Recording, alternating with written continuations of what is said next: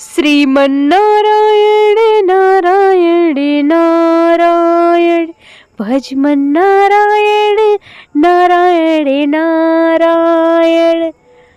कृष्णाय वासुदेवाय हरे परमात्मने प्रणता क्लेश नाशाय गोविंदाय नमो नमः।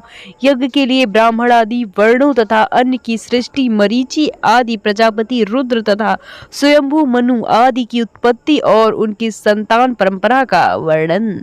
भीष्म जी ने कहा, ब्राह्मण आप तो अवार्क स्त्रोत नामक सर्ग का जो मानव सर्ग के नाम से प्रसिद्ध है, संक्षेप में वर्णन कीजिए। आप उसी को विस्तार के साथ कहिए। ब्रह्मा जी ने मनुष्य की सृष्टि किस प्रकार की, महामुने प्रजापति ने चारों वर्णों तथा उनके गुणों को कैसे उत्पन्न किया और ब्रह्मा आदि वर्णों के कौन कौन से कर्म माने जाते हैं, इन बातों का वर्णन कीजिए। पुलस्त्य जी बोले, कुरुश्रेष्ठ सृष्टि की इच्छा रखने वाले ब्रह्मा जी ब्राह्मण, क्षत्रिय, वैश्य और शूद्र इन चार वर्णों को उत्पन्न करते हैं। इनमें ब्राह्मण मुख से, क्षत्रिय वक्षस्थल से, वैश्य जांघों से, शूद्र ब्रह्मा जी के पैर से उत्पन्न होते हैं। महाराज, ये चारों वर्ण यज्ञ के उत्तम साधन है, अतः ब्रह्मा जी ने यज्ञानुष्ठान की सिद्धि के लिए इन सब की सृष्टि की। यज्ञ से तृप्त होकर देवता लोग जल की वृष्टि करते हैं, जिससे मनुष्यों की भी तृप्ति होती है। अतः धर्ममय यज्ञ सदा ही कल्याण हेतु होते हैं। जो लोग सदा अपने वर्णोचित कर्म में लगे रहते हैं, जिन्होंने धर्म विरुद्ध आचरणों का परित्याग कर दिया तथा जो समार्ग पर चलने वाले हैं, वे श्रेष्ठ मनुष्य यज्ञ का यथावत अनुष्ठान करते हैं। राजन, यज्ञ के द्वारा मनुष्य इस मानव देह के त्याग के पश्चात स्वर्ग और अपवर्ग भी प्राप्त करते हैं तथा जिस जिस स्थान को पाने की उन्हें इच्छा हो, उसी में वे जा सकते हैं। निपश्रेष्ठ, ब्रह्मा जी के द्वारा चातुर्य वर्ण व्यवस्था के अनुसार रची हुई प्रजा उत्तम श्रद्धा के साथ श्रेष्ठ आचार का पालन करने लगी। वो इच्छानुसार वहां चाहती रहती थी, उसे किसी प्रकार की बाधा नहीं सताती थी। समस्त प्रजा का अंतःकरण शुद्ध था, वो स्वभाव से परम पवित्र थी।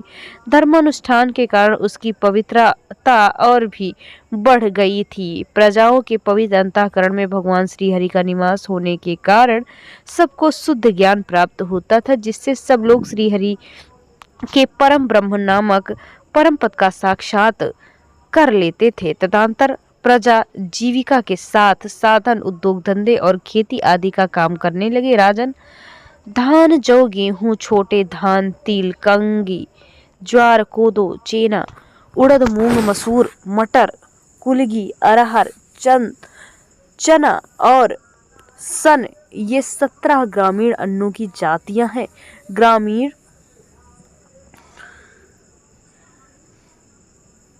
और जंगली दोनों प्रकार के मिलकर 14 अन्य यज्ञ उपयोग में लाते हैं। उनके नाम इस प्रकार है: धान, जौ, उड़द, गेहूं, महीन धान, तिल, 7वीं कंगनी और 8वीं कुलथी, ये ग्रामीण अन्न है। तथा सामा, तिल्ली, चावल, जरतिल यानी कि वन तिल, गवेदू, वेड़ियव और मक्का, ये 6 जंगली अन्न है। ये 14 अन्य यज्ञ अनुष्ठान की सामग्री है तथा यज्ञ ही इनकी उत्पत्ति का प्रधान है। यज्ञ के साथ ये अन्य प्रजा की उत्पत्ति और वृद्धि के परम कारण है।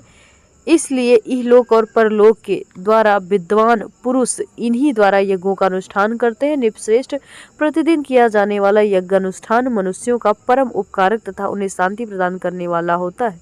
कृषि आदि जीविका के साधनों से सिद्ध हो जाने से प्रजापति ने प्रजा के स्थान और गुणों के अनुसार उनमें धर्म मर्यादा की स्थापना की।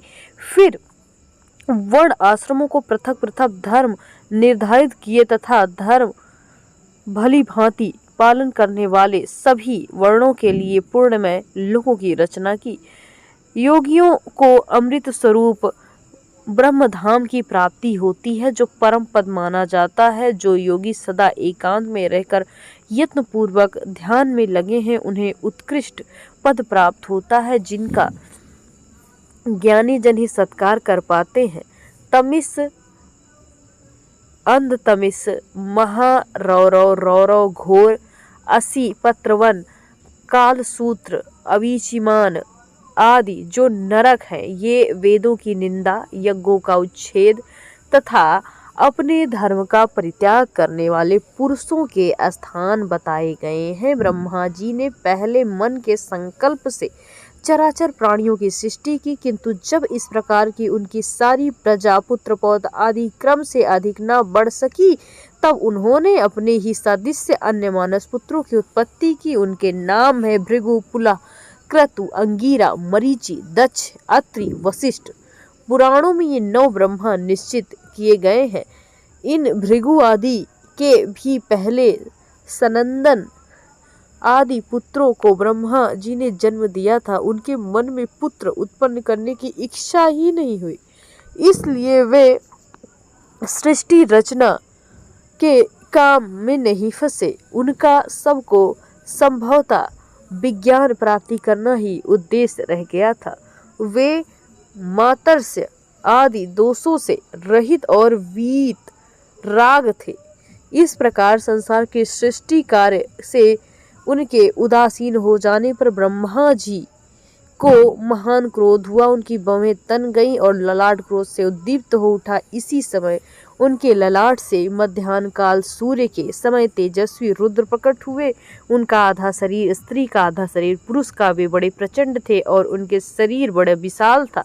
तब ब्रह्मा जी ने उन्हें आदेश दिया कि तुम अपने शरीर के 2 भाग करो। वहां से अंतर ध्यान वो हो गए। उनके ऐसा कहने पर रुद्र ने अपने शरीर से स्त्री और पुरुष 2 भाग को पृथक कर दिया और फिर पुरुष भाग को 11 रूपों में विभक्त किया। इस प्रकार स्त्री भाग को 11 रूप में विभक्त किया। इस प्रकार स्त्री भाग को और भी रूपों में प्रकट किया। स्त्री और पुरुष दोनों भागों के भिन्न भिन्न रूप सौम्य, क्रूर, शांत, श्याम और गौर नाना प्रकार के थे। तत्पश्चात ब्रह्मा जी ने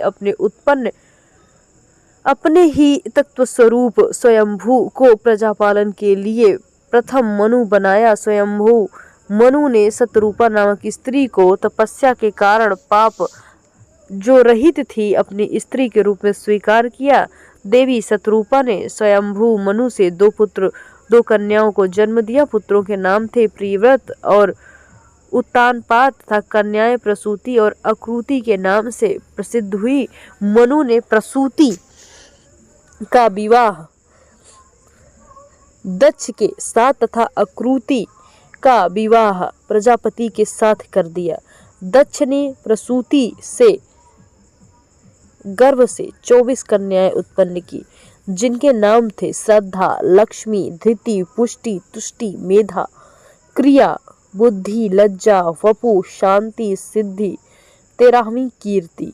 इन दक्ष कन्याओं को भगवान धर्म ने अपनी पत्नियों के रूप में ग्रहण किया। इनसे छोटी 11 कन्याएं थी, जो इस प्रकार थी, जिसमें ख्याति, सती, संभूति, स्मृति, प्रीति, क्षमा, सन्नाति, अनसुईया, ऊर्जा, स्वाहा और स्वधा नाम से प्रसिद्ध हुई।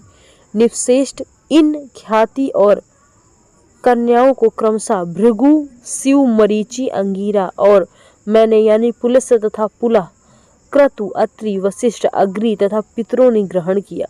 श्रद्धा ने काम को, लक्ष्मी ने दर्प को, धृति ने नियम को, दृष्टि ने संतोष को, पुष्टि ने लोभ को जन्म दिया। मेधा ने श्रुत को, क्रिया ने दंड को, नय ने विनय को, बुद्धि ने बोध को, लज्जा ने विनय को, वपु ने अपने पुत्र व्यवसाय को, शांति ने क्षेम को, सिद्धि ने सुख को, कीर्ति ने यश को।